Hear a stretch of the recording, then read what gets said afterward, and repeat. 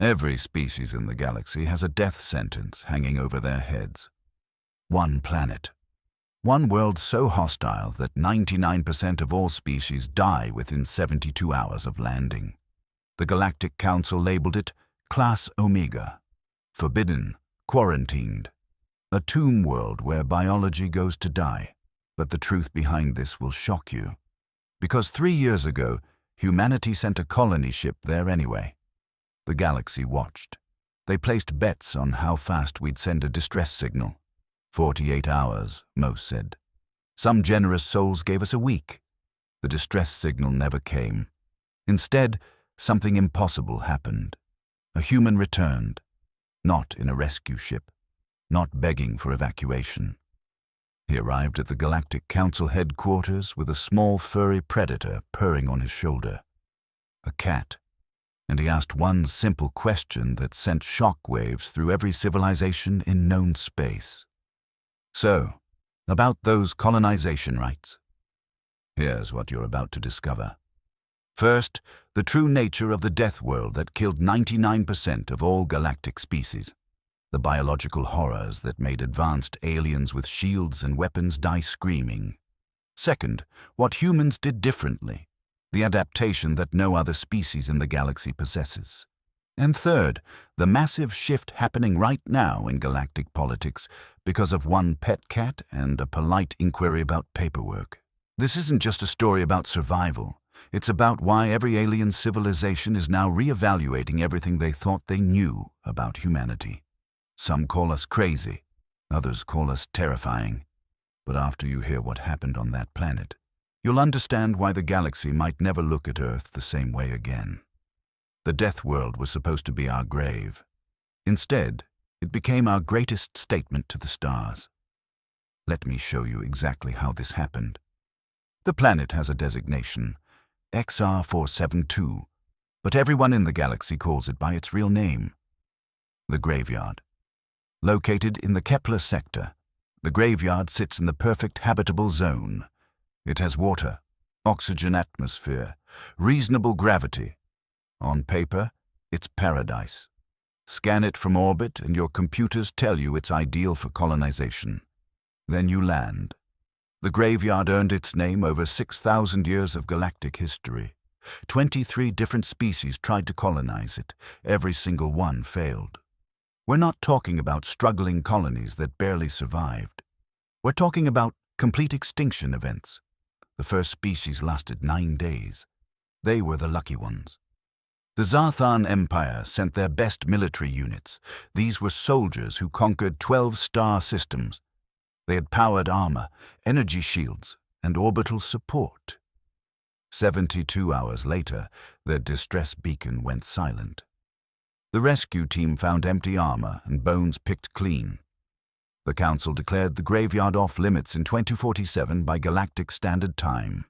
They put up warning beacons, made it illegal to even approach the planet.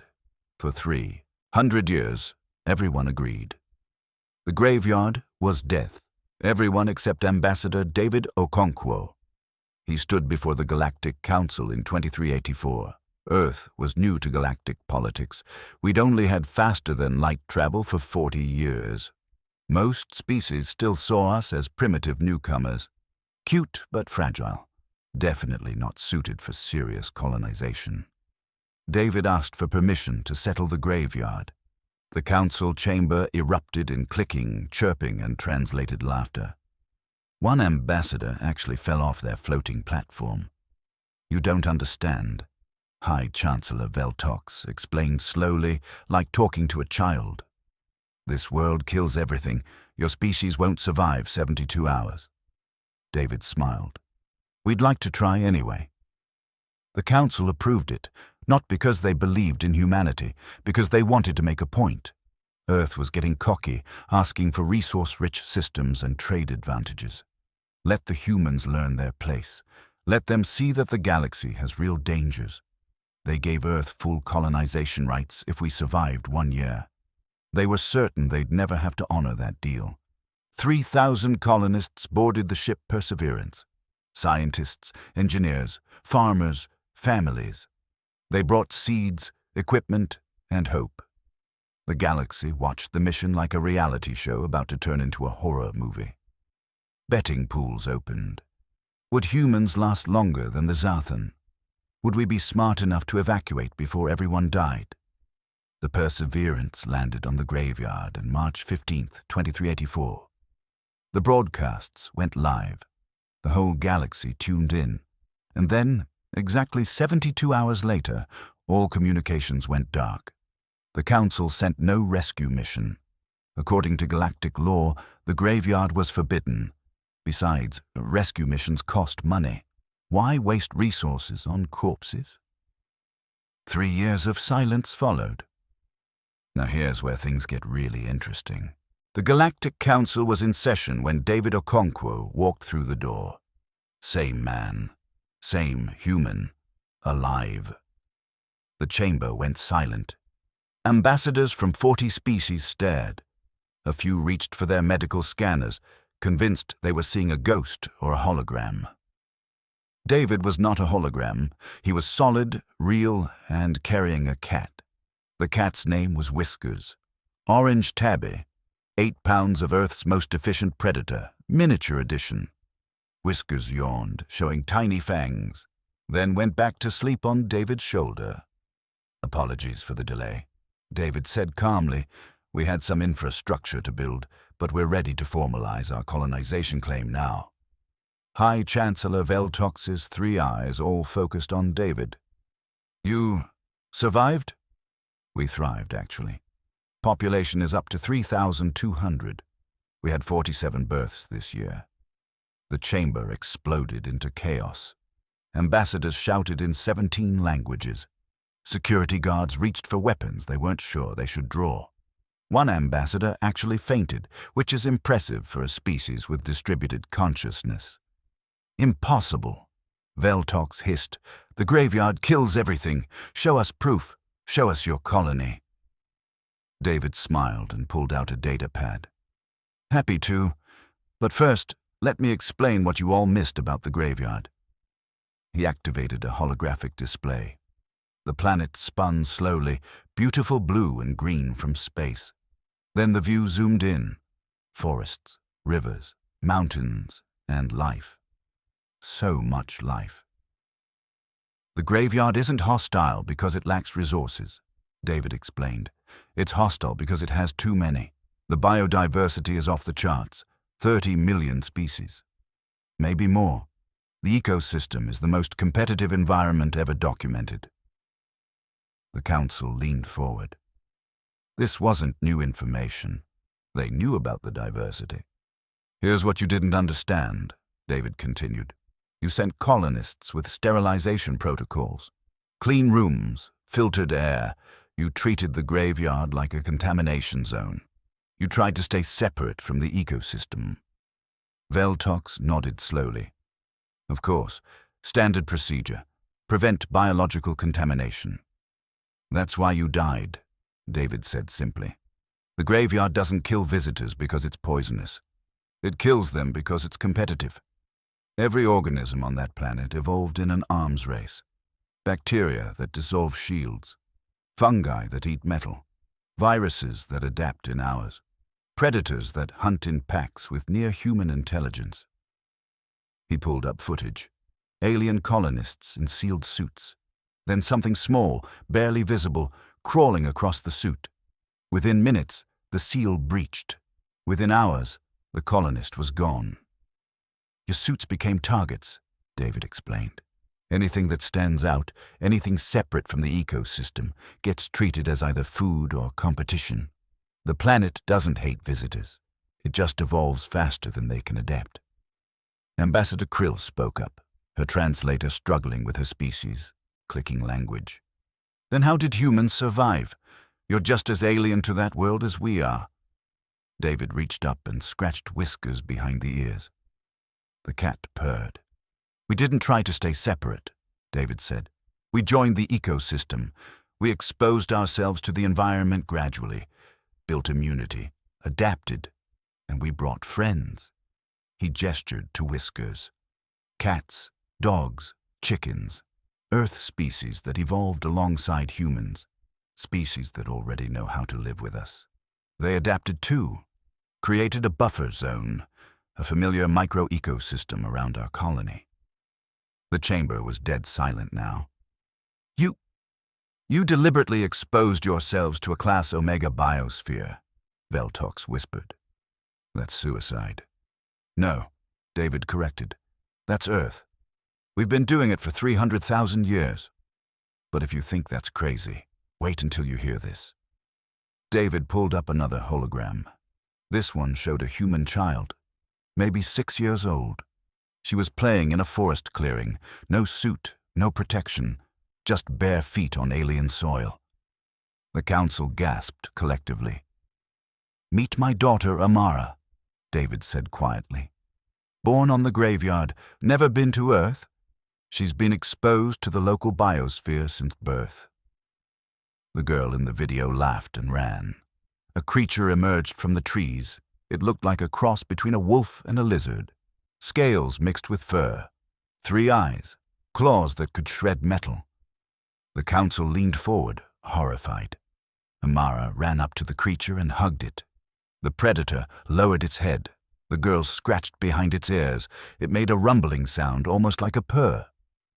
That's Rex, David explained. He showed up at our colony when Amara was 2. Tried to hunt our chickens. The chickens fought back. Rex got confused, eventually figured out that staying near humans meant regular food and safety from bigger predators. Now he's basically the family dog.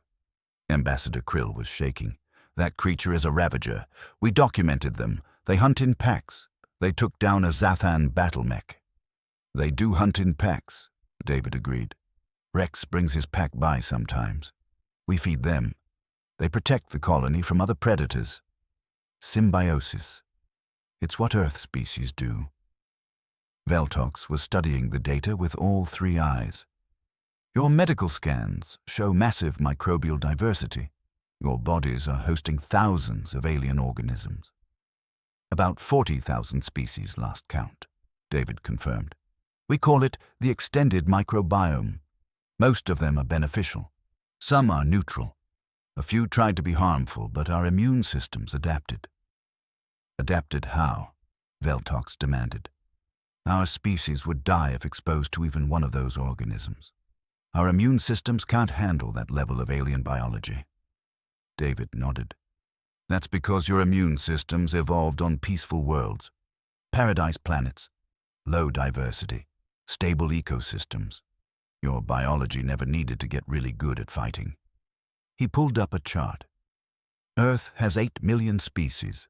Constant competition, constant disease, constant adaptation. Humans evolved in Africa where everything was trying to kill us. Predators, parasites, diseases, weather. We developed the most aggressive immune system in known space. The chart showed immune response comparisons.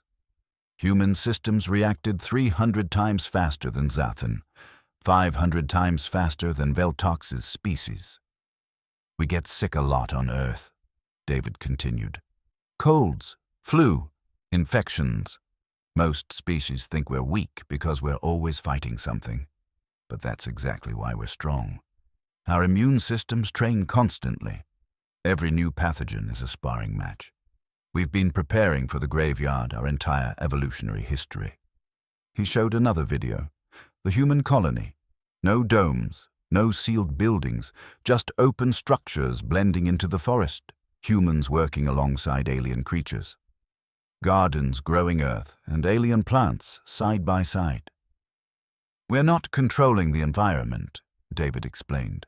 We're participating in it, learning its rules, adapting to its rhythms. The graveyard tried to kill us for the first 6 months. Diseases, parasites, predators. We lost 17 people. The council winced at the number. But we learned, David continued, which plants are food, which creatures are dangerous, how to treat infections, how to build immunity, and something incredible happened around month 7. The video shifted. A human woman planting crops.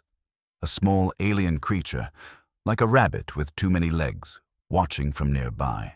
Then it hopped over and started digging alongside her. The ecosystem accepted us, David said softly. Not as conquerors, as neighbors. Species started approaching the colony, testing us. When they realized we weren't trying to dominate, they got curious. Some became companions. Others just coexist nearby, but the attack stopped. The graveyard is still incredibly dangerous, he added.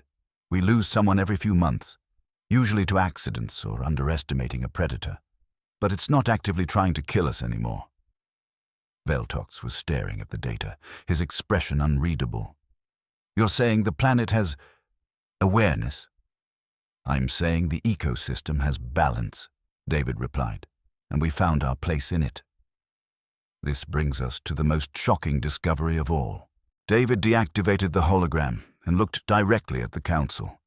Whiskers woke up, stretched, and yawned. The graveyard is the most valuable planet in known space, David said quietly, and you've been avoiding it for 300 years. The council erupted again. Veltox slammed a manipulator against his podium. Valuable. It's a death trap. For you, David agreed, but not for us.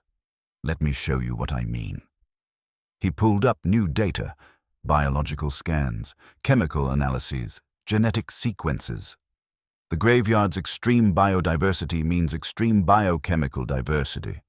We've catalogued compounds that don't exist anywhere else in the galaxy, proteins that can repair nerve damage, enzymes that break down toxic waste, fungi that produce materials stronger than carbon fiber.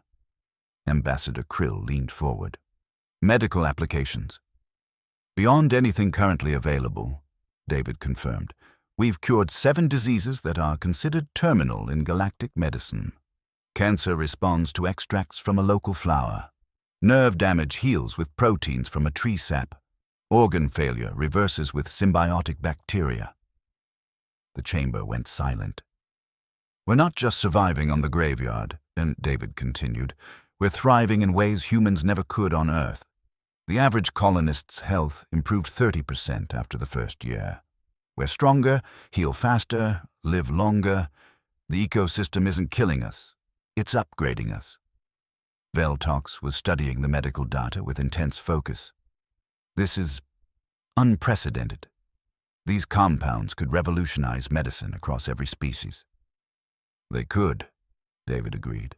And Earth controls the only source, because we're the only species that can survive there long enough to harvest them. The implications hit the Council like a physical wave. Earth went from being a minor newcomer to controlling access to the galaxy's greatest biological treasure trove. But here's the really interesting part, David continued. He was smiling now. Not smugly. Knowingly. We don't want to keep it to ourselves. The Council blinked, collectively, across 40 species.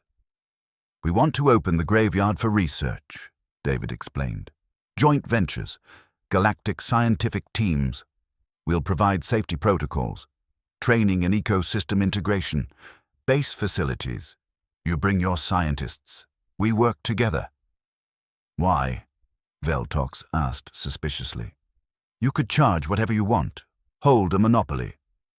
Because that's not how humans think, David replied. We remember being new to the galaxy. We remember when other species helped us, shared technology, taught us. Yes, some looked down on us, but others gave us a chance. He looked around the chamber. Besides, the graveyard is too big for Earth alone. 30 million species. Maybe more. We'll spend 1,000 years just scratching the surface. But with galactic cooperation, we could unlock discoveries that benefit everyone.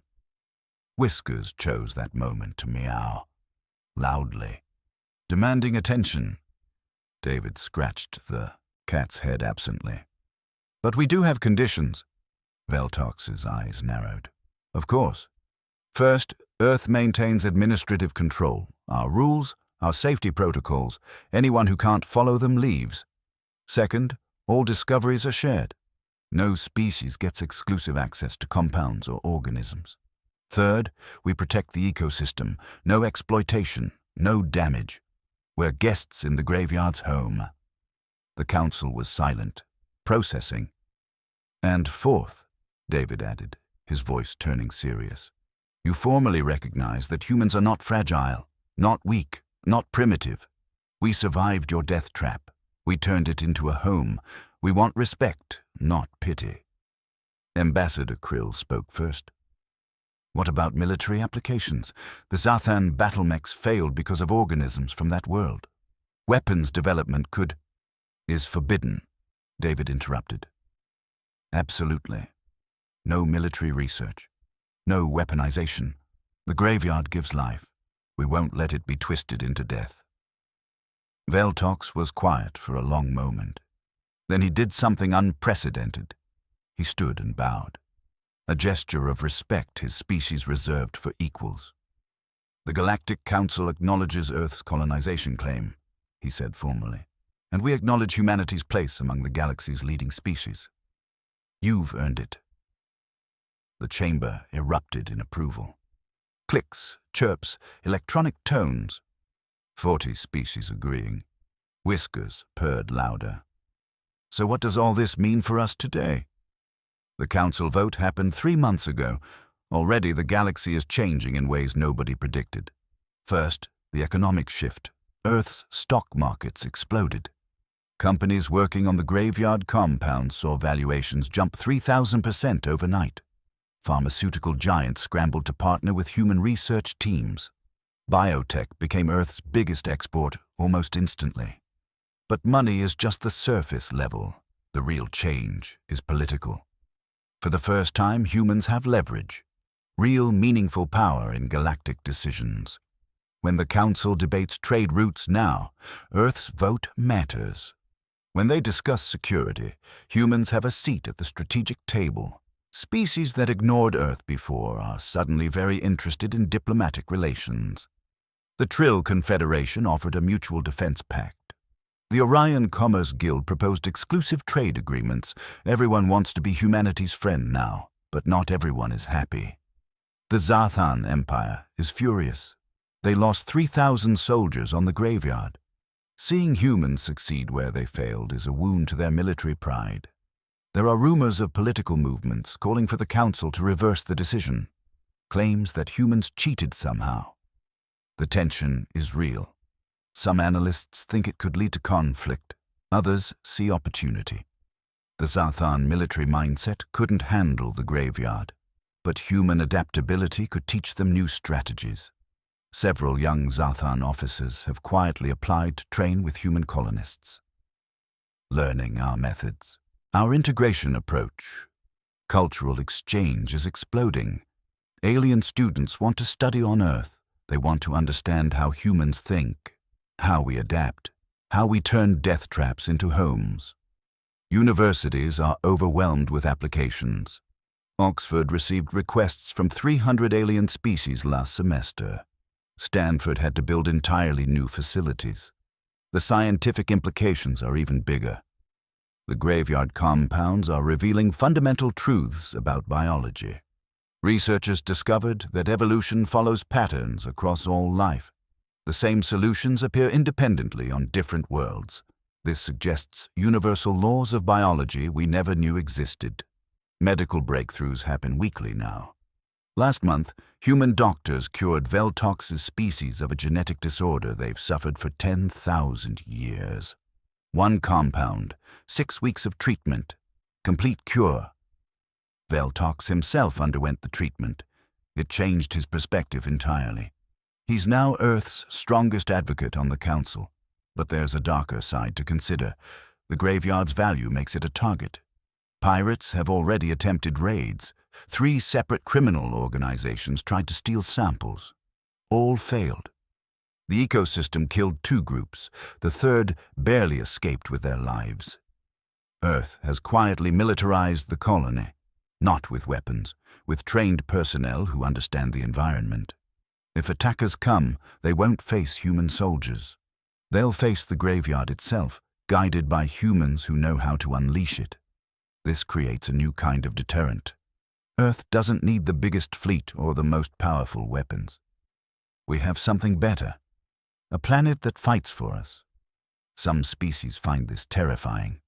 The idea that humans can weaponize an ecosystem, that we understand alien biology well enough to turn it against invaders. Others find it fascinating. Military theorists are completely rethinking warfare. What if battles aren't about firepower but adaptation? What if the winner is whoever understands the environment best? The paradigm shift extends beyond military thinking. Philosophy departments across the galaxy are debating the human approach. We don't dominate, we integrate. We don't conquer, we join. This is alien to species that evolved on paradise worlds. They think in terms of control. Humans think in terms of relationship. Young aliens especially resonate with this. A whole generation is growing up seeing humans differently. Not as weak newcomers, but as the species that survived the impossible. Earth culture is spreading. Music, art, stories. The tale of the graveyard colony is already being taught in alien schools. A lesson about perseverance, about respecting nature, about finding your place in complex systems. But perhaps the biggest implication is simple. Hope.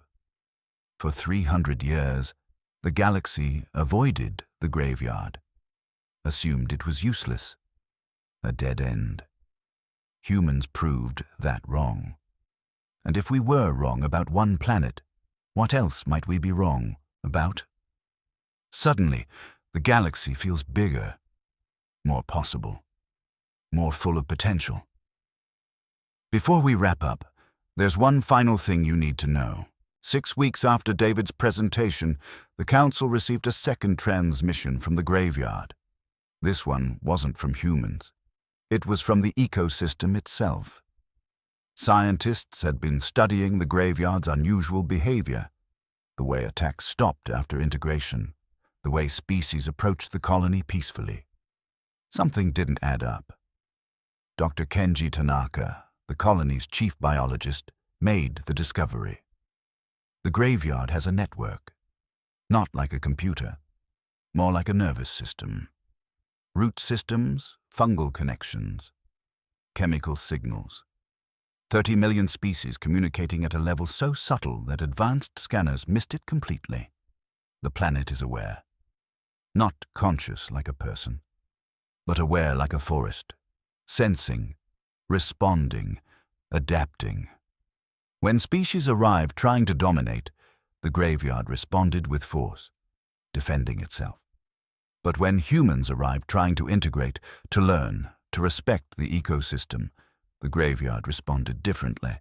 It tested us through challenges, diseases, predators. But when we adapted instead of fighting, when we learned instead of conquering, something remarkable happened. The planet accepted us. More than that, it started helping, guiding. Species that could benefit humans began appearing near the colony. Plants with medicinal properties grew closer to settlements. Predators started hunting pests that threatened crops. The graveyard wasn't trying to kill visitors for 300 years. It was testing them, waiting for a species that understood cooperation over domination. Humans passed the test. This revelation changed everything again. Because if the graveyard is aware, and if it chose humans specifically, then colonization isn't conquest. It's invitation. The Council debated for weeks. Some argued it meant humans were special, chosen. Others argued it meant we were just compatible. Our evolutionary history prepared us for the graveyard's test. David returned to address them one final time. Whiskers was with him again. The cat had become famous. Alien children drew pictures of the orange tabby who helped conquer a death world.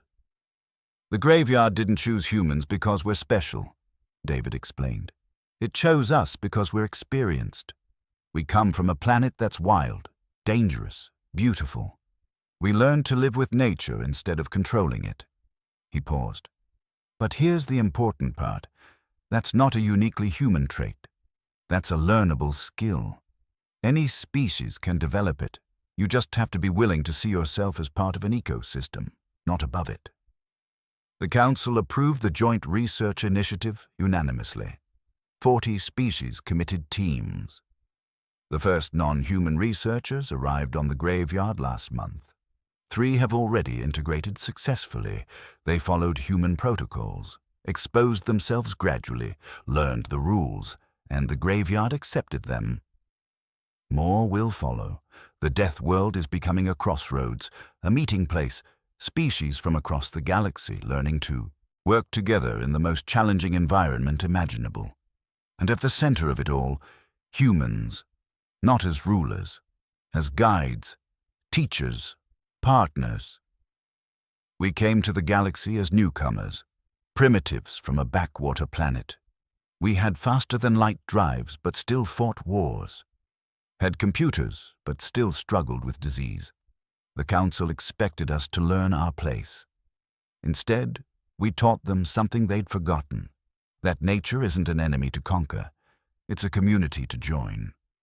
Whiskers meowed during David's closing remarks. The sound carried across the council chamber.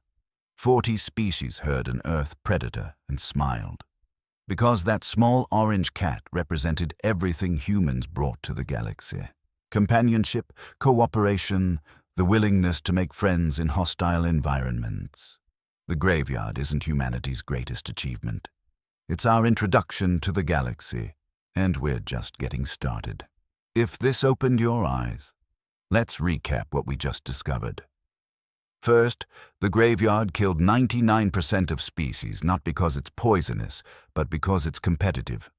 Only integration, not domination, allows survival. Second, humans survived because Earth prepared us. 300,000 years of evolution in dangerous ecosystems gave us the exact skills needed. Third, the graveyard is aware.